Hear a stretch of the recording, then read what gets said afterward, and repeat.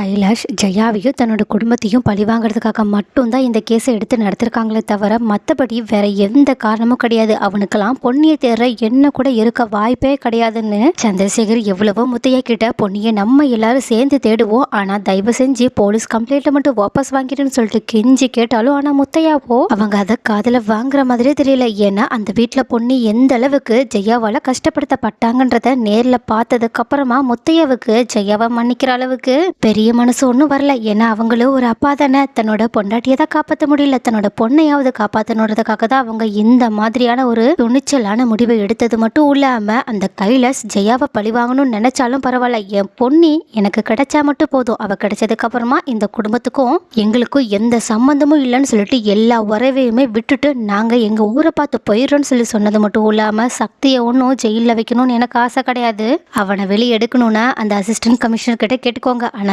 ஜெயாவை மட்டும் எக்காரணம் கொண்டு என் பொன்னி கிடைக்கிற வரைக்கும் வெளியே வர விடவே மாட்டேன். ஒருவேளை என் பொன்னிக்கு மட்டும் ஏதாவது ஆகட்டும், அதுக்கப்புறமா தான் இந்த முத்தையா உண்மையாவே யாரு என்ன பண்ணுவா என்ன பண்ண முடியும்ன்றத நீங்க பாப்பீங்கன்னு சொல்லிட்டு கோவத்துல அங்கிருந்து கிளம்பி போறாங்க. அப்போ இதை பார்த்துட்டு சந்திரசேகர் பவானி சண்முகம் சொல்லிட்டு எல்லாருமே ரொம்பவே டென்ஷனோட இப்ப என்னதான் பண்றதுன்னு சொல்லிட்டு அவங்களோட வக்கீல் கிட்ட பேசுறதுக்காக போக, ஆனா இப்படி இவங்க எல்லாருமே பேசிட்டு இருக்கத கரெக்டா அந்த பக்கமா போன அசிஸ்டன்ட் கமிஷனர் கைலாஷ் பார்த்தது மட்டும் இல்லாம ரொம்பவே செம்ம கெத்தோட இதுக்கப்புறமா அந்த ஜெயாவை என் இஷ்டத்துக்கு என்னால் பழி வாங்க முடியும்னு சொல்லிட்டு அந்த சார்ஜ் ஷீட்டை ரொம்பவே ஸ்ட்ராங் ஆக்கிட்டு இருக்காங்க. எல்லாத்துக்கும் மேல இதுக்கு முன்னாடி ஜெயா என்னென்ன தப்பு பண்ணிருக்க வாய்ப்பு இருக்கு, அது மட்டும் இல்லாம இப்ப ஜெயாவோட மாப்பிள்ள அந்த வீட்டுல இல்லையாமே, அது என்ன விஷயம்னு சொல்லிட்டு அவங்களுமே ஆட்களை வச்சு அதாவது சுந்தரை பத்தி விசாரிக்க ஆரம்பிக்கிறாங்க. ஒருவேளை கைலாஷ்க்கு மட்டும் சுந்தர் எந்த தப்புக்காக அவங்களோட வீட்டை விட்டு வெளியே போனாங்கன்ற விஷயம் தெரிஞ்சிச்சு, அவ்வளவுதான் லட்டு மாதிரி அவங்களுக்கு ஜெயாவை பழிவாங்க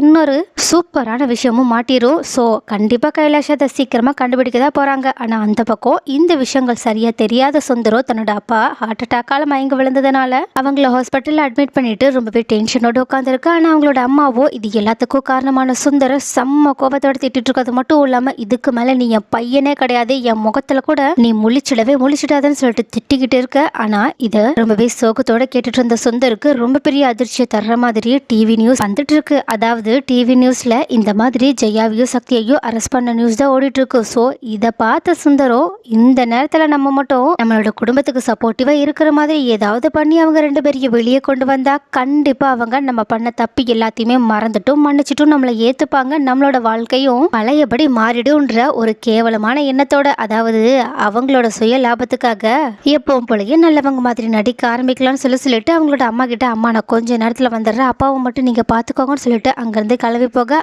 ஆனா சுந்தரோட அம்மாவோ டேய் நில்லடா, இதுக்கு மேலே உனக்கும் எனக்கும் எந்த சம்மந்தமும் கிடையாதுன்னு நான் ஏற்கனவே சொல்லிட்டேன், என் பையன் என்னைக்கோ செத்துட்டான், இந்த மாதிரி ஒரு அசிங்கமான காரியத்தை செஞ்சவன் என் பையனா இருக்க வாய்ப்பே கிடையாது, அதனால தயவை செஞ்சு திரும்பி மட்டும் வந்ததுன்னு சொல்றாங்க. இதை கேட்டுட்டு சுந்தரும் ஒருவேளை நம்மளோட மாமியார் வீட்டில் நம்மளை ஏற்றுக்கிட்டாங்கன்னா கண்டிப்பா அம்மாவும் நடந்த விஷயத்த மறந்துடுவாங்கன்னு சொல்லிட்டு அந்த விஷயத்த ரொம்பவே அசால்ட்டா எடுத்துக்கிட்டு அங்கிருந்து கிளம்ப, அதை பார்த்த வெண்ணிலாவும் எங்கண்ணா எங்க போயிட்டு இருக்கீங்கன்னு கேட்க, உடனே சுந்தரும் நடந்த விஷயத்த சொல்ல வெண்ணிலாவும் டென்ஷனோட அப்பனா நானும் வரட்டுமான்னு கேட்க, சுந்தரும் இப்போதைக்கு நீ எங்கேயும் வர வேண்டாம், எங்களோட வீட்லயே இரு, மற்ற விஷயத்த நான் பாத்துக்கிறேன், அதுக்கப்புறமா நம்ம படிப்படியா அந்த வீட்டுக்குள்ள போற வேலையை பார்க்கலாம்னு சொல்ல, ஆனா வெண்ணிலாவோ கொஞ்சம் தயக்கத்தோட உங்களோட அம்மா உங்களையே விட்டு போக சொல்லிட்டாங்க, அப்போ என்ன மட்டும் அப்படின்னு சொல்ல ஆரம்பிக்க, ஆனா சுந்தரோ கண்டிப்பா எங்க அம்மா உன்னை எதுவும் சொல்ல மாட்டாங்க, நீ தப்பே பண்ணியிருந்தாலும் ஒரு பொண்ணுன்ற ஒரு இறக்கத்திலையாவது அவங்க உன்னை அதே வீட்டில் வச்சுக்கிட்டு நல்லபடியாவே கவனிச்சுப்பாங்க, நீ கொஞ்ச நாள் மட்டும் இரு, கொஞ்ச நாள் கழிச்சு நான் பிரச்சனை எல்லாமே தீர்த்துட்டு மறுபடியுமே உன்னை அந்த வீட்டுக்கு அவங்களாவே கூப்பிடுற மாதிரி பண்ணிடுறேன்னு சொல்லிடுறாங்க. இதை கேட்டுட்டு வெண்ணிலாவும் சுந்தர் கண்டிப்பா சொன்னதை செய்வாங்கன்ற நம்பிக்கையோட அங்கேயே அவங்களோட அப்பாவை பாத்துக்கிறதுக்காக வெயிட் பண்ணிக்கிட்டு இருக்கா. ஆனா வெண்ணிலா அங்க இருக்கிறது என்னதான் சுந்தரோட அம்மாவுக்கு பிடிக்கலனாலும் இந்த நேரத்துல இந்த பொண்ணை வெளியே போக சொல்றது அவ்வளவு நல்லா இல்லைன்னு சொல்லிட்டு கொஞ்சம் சுந்தர் நினைச்ச மாதிரி தான் யோசிக்க ஆரம்பிக்கிறாங்க. ஆனா அந்த பக்கமும் சுந்தர் உடனடியா சந்திரசேகரை பாக்குறதுக்காக வீட்டுக்கு போகலான்னு நினைச்சாலும் வீட்டுக்கு போனா கண்டிப்பா தன்னை அவமானப்படுத்துவாங்கன்னு சொல்லிட்டு உடனடியா அவங்க எங்க இருக்காங்கன்றத மத்த இன்ஃபர்மேஷன் எல்லாத்தையுமே கலெக்ட் பண்ணிட்டு அந்த இடத்துக்கே போயிடுறாங்க. அதாவது அவங்க போலீஸ் ஸ்டேஷனுக்கு வெளியே தான் வக்கீலோட ரூம்ல உட்காந்து பேசிட்டு இருக்காங்க. அப்ப கரெக்டா அங்க போன சுந்தரு உடனடியே என்ன விஷயம் சொல்லிட்டு சீரியஸா அந்த வக்கீல் கிட்ட கேட்க ஆரம்பிக்க, ஆனா அங்க இருந்த சண்முகமும் பவானியும் ரொம்பவே கோபத்தோட சுந்தர அங்கிருந்து வெளியே போக சொல்றாங்க. ஆனா சுந்தரு இங்க பாருங்க, இந்த மாதிரியான லீகல் விஷயங்கள் எல்லாத்தையுமே நான் இதுக்கு முன்னாடி ரொம்பவே கூலாவே ஹேண்டில் பண்ணியிருக்கேன். ஸோ இந்த விஷயத்துல என்ன பண்ணணும்னு எனக்கு ரொம்ப நல்லாவே தெரியும். இந்த விஷயத்துல உங்களுக்கு நான் உதவி மட்டும் செஞ்சிடுறேன். ஒருவேளை இதுக்கு முன்னாடி நான் பண்ண தப்புக்கான பரிகாரமா கூட இது இருந்துட்டு போட்டோம். தயவு செஞ்சு எனக்கு உதவி பண்ண மட்டும் அலோவ் பண்ணுங்க. உதவி பண்ணதுக்கு அப்புறமா நானாவே இங்க சொல்றதுக்கு முன்னாடியே இங்கிருந்து கிளம்பி போயிடுவேன்னு சொல்லிட்டு தயவு செஞ்சு என்ன கொஞ்ச நேரம் எதுவுமே சொல்லாதீங்க சொல்லிட்டு அந்த வக்கீல் கிட்ட கொஞ்சம் சட்டங்களை பத்தி விசாரிக்க ஆரம்பிக்கிறாங்க. அப்போ சுந்தர் இந்த மாதிரி விசாரிக்காத பார்த்த சந்திரசேகரும் இவங்களுக்கு நல்லாவே தெரிஞ்சிருக்கு இந்த விஷயத்துல என்ன பண்ணா எது பண்ணா கரெக்டா இருக்கணும். அதனால கொஞ்ச நேரம் வேணா அவங்க உதவி பண்ணிட்டு போகட்டும்னு சொல்லிட்டு அவங்க அமைதியா இருந்துடுறாங்க. ஏன்னா சந்திரசேகருக்கோ ஜெயா, அதாவது தன்னோட அருமை ஒய்ஃப் ஜெயா எந்த தப்பு பண்ணலன்னு சொல்லிட்டு நிரூபிச்சுக்கிட்டு வெளியே வரணும், தன்னோட பையனும் வெளியே வந்துடணும், அதை தான் நினைக்கிறாங்க. ஆனா இந்த சந்திரசேகர் ஜெயா பண்ண தப்பு எல்லாத்துக்கும் இப்போ உடந்தையா இருக்கிற மாதிரி தான் தெரியுது. ஏன்னா அவங்க அந்த அளவுக்கு மோசமான விஷயங்களை பொன்னிக்கோ பொன்னியோட அப்பாவுக்கு பண்ணதுக்கு அப்புறமா கூட சந்திரசேகர் ரொம்பவே பொறுமையா நிறுத்தி நிதானமா ஜெயாவுக்கு புரிய வைக்கிற மாதிரியே தான் பண்ணிட்டு இருந்தாங்களே தவிர ஜெயாவை எதிர்த்து சில பல நேரங்கள்ல கேள்வி மேல கேள்வி கேட்டாலும் அதை அவங்க கண்டிப்பா மிகப்பெரிய இடத்துக்கு எடுத்துட்டே போகல. எல்லாத்துக்கும் மேல ஜெயா சொல்ற எல்லாத்துக்குமே அவங்களால எதிர்ப்பு சொல்ல கூட முடியாத நிலைமையில தான் இருந்தாங்க. ஏன்னா ஜெயாவோட ஆதிக்கம் தான் அந்த வீட்டுல அதிகமாவே இருந்துச்சு. ஒரு ஃபார்மாலிட்டிக்கு தான் ஜெயா சந்திரசேகருக்கு மரியாதை கொடுக்குற மாதிரிலாம் நடந்துக்கிட்டாங்க. பட் அந்த அளவுக்கு தப்பு பண்ணதுக்கு அப்புறமாவே இப்போ ஜெயா எந்த தப்போ பண்ணல அவளை காப்பாத்த போறேன்னு சொல்லிட்டு சந்திரசேகர் இப்ப துடிச்சுக்கிட்டு இருக்காங்க. ஆனா முழுக்க முழுக்க இதுக்கு முன்னாடி சந்திரசேகர் மேல பாசமாவும் உரிமையோடையும் ரொம்பவே அக்கறையோடையும் நடந்துக்கிட்ட பொன்னியோட நிலைமையை பத்தி இவங்க இப்போ கவலைப்படுற மாதிரி கூட தெரியல. பொன்னி கண்டிப்பா எங்கேயாவது இருந்து கிடைச்சிருவா, அவ கண்டிப்பா எங்கேயாவது இருக்க தானே போறா. ஸோ அந்த விஷயத்த பத்தி இவங்க இப்போ யோசிக்கிற மாதிரியே தெரியல. பொன்னி கிடைச்சிருவான்ற நம்பிக்கையோட இருக்கிறது மட்டும் இல்லாம ஜெயாவையும் தன்னோட பையனையும் வெளியே கொண்டு வரணுன்ற ஒரு பாச போராட்டத்தில் தான் மாட்டிட்டு இருக்காங்க. அதனால தான் சுந்தர் அவ்வளோ கேவலமான வேலைகளை பார்த்ததுக்கு அப்புறமாவும் தன்னோட பையனையும் தன்னோட மனைவியும் காப்பாத்துறதுக்காக சந்திரசேகர் சுந்தரோட உதவியை கேட்குற அளவுக்கு போயிட்டாங்க. இல்லை கேட்கலனாலும் வர்ற உதவியை வேண்டான்னு சொல்லாத நிலைமைக்கு போயிட்டாங்க. பட் இந்த பக்கமும் முத்தையா சந்திரசேகர் கிட்டயும் அவங்களோட பசங்க கிட்டயும் இந்த மாதிரி தன்னோட பொண்டாட்டியோட இறப்புக்கு காரணம் ஜெயா தான். ஆனால் அந்த நிலைமையில கூட தான் ஜெயாவை எதுவுமே சொல்லலைன்ற விஷயத்த கேட்டதுக்கு அப்புறமா கண்டிப்பா இந்த விஷயத்தையும் நம்ம இதில் கொண்டு வந்தோம்னா இவங்களை கொலை கேஸ்ல கூட உள்ள தள்ள முடியும். ஏன்னா இப்போ தன்னோட மருமகளை கொடுமைப்படுத்தின கேஸ்ல அவ்வளவு பெரிய தண்டனை எல்லாம் கிடைக்கிறது இல்ல, ஒரு சாதாரண தண்டனை தான் கிடைக்கும். ஒருவேளை அந்த பொண்ணி மட்டும் கிடைச்சிட்டானா கண்டிப்பா இந்த ஆள் அந்த கேஸை வாபஸ் கூட வாங்கிடுவான். ஏன்னா அவனை பொறுத்த வரைக்கும் அவனுக்கு அவனோட பொண்ணு கிடைச்சா மட்டும் போதும், யாரையும் பழி வாங்கணுன்ற எந்த நோக்கமும் அவனுக்கு கிடையாது. பட் நமக்கு அப்படி கிடையாது. நம்மளை பொறுத்த வரைக்கும் அந்த ஜெயா இந்த சொசைட்டி முன்னாடி அவமானப்பட்டு அசிங்கப்பட்டு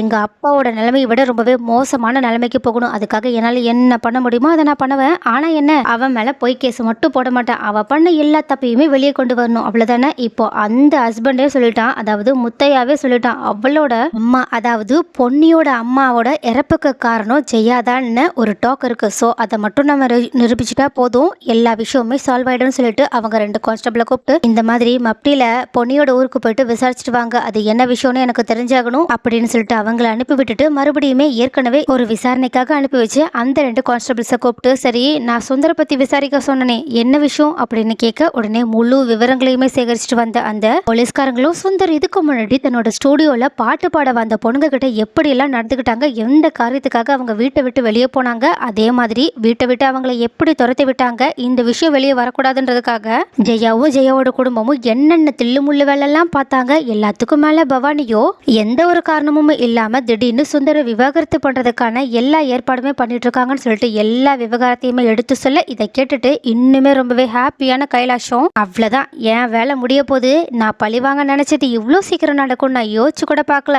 என்ன இந்த குடும்பம் நல்ல குடும்பமா இருந்தா எனக்கு பழிவாங்க கொஞ்சம் கஷ்டமா இருந்திருக்கும். பட் இவங்க இவ்வளோ கேவலமானவங்க இவ்வளோ அசிங்கமானவங்கன்னு எனக்கு இப்பதானே தெரியுது. ஆனா இவ்வளோ தான் மேல தப்பு வச்சிருந்ததுக்கு அப்புறமாவும் என்னோட அப்பாவை ஏதோ இவங்க உத்தம மாதிரி பழி வாங்கியிருக்காங்களேன்னு சொல்லிட்டு அவங்க நினைச்சது மட்டும் இல்லாம நம்ம முதல்ல இதுல கேஸ் ஷீட் ஃபைல் பண்றதுக்கு பதிலாக இந்த நியூஸை ஸ்ப்ரெட் பண்ணணும். ஏன்னா முடிஞ்ச அளவுக்கு இந்த நியூஸ் வைரலான மட்டும்தான் நமக்கு இந்த கேஸ்ல நிறையவே அதிகாரங்கள் கிடைக்க வாய்ப்பு இருக்கு. ஏன்னா இன்னுமே அவங்க மிகப்பெரிய பொசிஷன்ல இருக்கிறவங்க தான். ஸோ அவங்களோட பொசிஷனை நம்ம இப்ப கீழே இறக்கி ஆகணும்னு சொல்லிட்டு அவங்க ஒரு 2-3 ஆட்களை செட் பண்ணி இந்த மாதிரி இந்த நியூஸ், அதாவது சுந்தர பத்தின நியூஸும் பொன்னியோட அம்மா பத்தின நியூஸும், அதாவது அரசல் புரசலா கேள்விப்பட்ட நியூஸும் எல்லாமே சோசியல் மீடியால பரவுற லெவலுக்கு வச்சிடறாங்க. அதனால ஒட்டுமொத்த மீடியாட்களுமே இந்த மாதிரி கைலாஷ் நினைச்ச மாதிரி இந்த விஷயத்த பரபரப்பா எல்லார் முன்னாடியுமே எல்லார்கிட்டயுமே சொல்லிட்டு இருக்காங்க.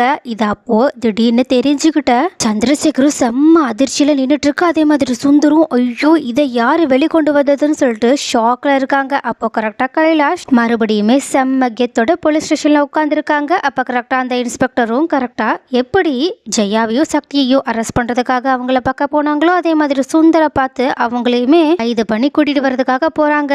அப்போ இந்த விஷயத்தை கேள்விப்பட்ட சந்திரசேகரு இதுக்கு மேலே இந்த விஷயத்துல நம்ம என்ன பண்ண போறோம்னு சொல்லிட்டு தலையை பிச்சுக்கிட்டு உட்காந்துருக்கா. அப்போ சண்முகமும் இந்த விஷயத்துல பொன்னி வந்தா மட்டும்தான் நமக்கு ஒரு தீர்வு கிடைக்கும், அப்படி இல்லைன்னா இந்த கைலாஷ் நம்மளை சும்மாவே விட மாட்டான், ஏன் உங்க மேலேயும் என் மேலேயும் கூட வேற ஏதாவது கேஸை போட்டாலும் போடுவான்னு சொல்லிட்டு இருக்காங்க. அதே மாதிரி கைலாஷும் பாக்கி இருக்க மற்றவங்க மேலே என்ன கேஸ் போடலாம், அவங்க என்ன தப்பு பண்ணியிருக்காங்கன்னு சொல்லிட்டு அதையுமே நோண்ட ஆரம்பிக்கிறாங்க. ஸோ காய்ஸ் இப்போ கைலாஷை பார்க்கும்போது கொஞ்சம் கெட்டவங்க மாதிரி தெரிஞ்சாலும் அவங்க ஒரு விதத்துல ஜெயாவோட தப்புகள் எல்லாத்தையுமே வெளியே கொண்டு வராங்க. அதே சமயம் அவங்க பொய்யான கேஸையுமே போடணும்னு நினைக்கல, அவங்களோட குடும்ப மானத்தை வாங்கணும்னு நினைச்சிட்டு இருக்காங்க. பட் இருந்தாலும் கைலாஷ் தன்னோட அப்பா எந்த அளவுக்கு கேவலமானவங்கன்றதை தெரிஞ்சதுக்கு அப்புறமாவும் ஜெயாவோட குடும்பத்தையுமே ஒரு நியாயமான விஷயத்துக்காக பழிவாங்க வந்திருக்காங்கன்றதை ஒத்துக்கவே முடியாது. என்னதான் ஜெயா தப்பு பண்ணியிருந்தாலும் அதுக்கான தண்டனையை கைலாஷ் கொடுத்தா மட்டும் போதும். அவங்களோட அப்பாவுக்காக பாக்குறேன்னு சொல்லிட்டு அவங்க இல்லாத தப்பு எதையுமே சந்திரசேகர் மேலேயோ சண்முகம் பவானி மேலேயோ போடாம இருந்தா அதுவே போதும்.